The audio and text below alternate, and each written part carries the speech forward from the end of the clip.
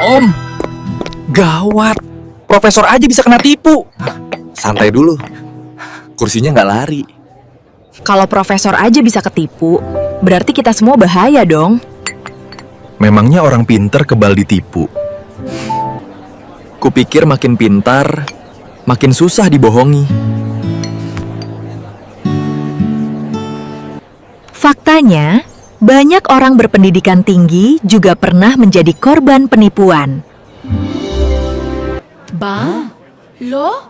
Kok bisa? Karena yang tertipu, bukan kepintarannya, melainkan cara otak mengambil keputusan. Kesalahan pertama adalah confirmation bias. Kita cenderung mencari informasi yang mendukung apa yang sudah kita yakini. Misalnya saat membaca berita di media sosial. Kalau judulnya sesuai dengan pendapat kita langsung percaya tanpa mengecek kebenarannya. wah, jangan-jangan selama ini aku cuma percaya sama berita yang aku suka. Nah, itu baru langkah pertama menjadi orang yang berpikir kritis. Padahal, seseorang yang hebat di satu bidang belum tentu ahli di bidang lainnya. Popularitas bukan bukti keahlian. Oh, sekarang aku paham. Kesalahan berikutnya disebut authority bias.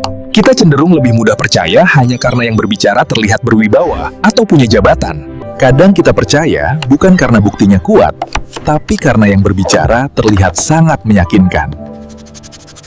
Kesalahan berikutnya disebut anchoring bias.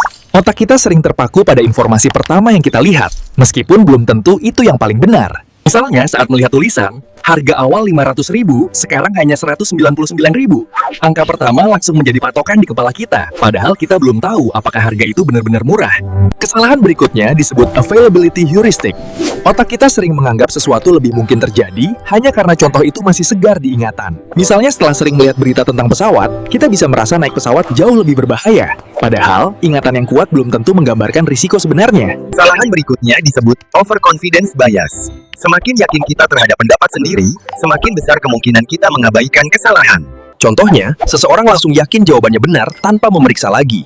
Padahal, sedikit keraguan justru bisa membantu kita menemukan jawaban yang lebih tepat. Jadi, yang membuat kita mudah tertipu bukan karena kurang pintar, tetapi karena otak kita memang suka mengambil jalan pintas saat membuat keputusan. Mulai sekarang, sebelum langsung percaya atau mengambil keputusan, berhenti sejenak, lalu tanyakan pada diri sendiri, apa aku sedang berpikir atau hanya mengikuti cara kerja otakku? Orang yang bijak bukanlah yang selalu benar, tetapi yang selalu mau belajar, memeriksa fakta, dan berani mengubah pendapat ketika menemukan bukti yang lebih baik.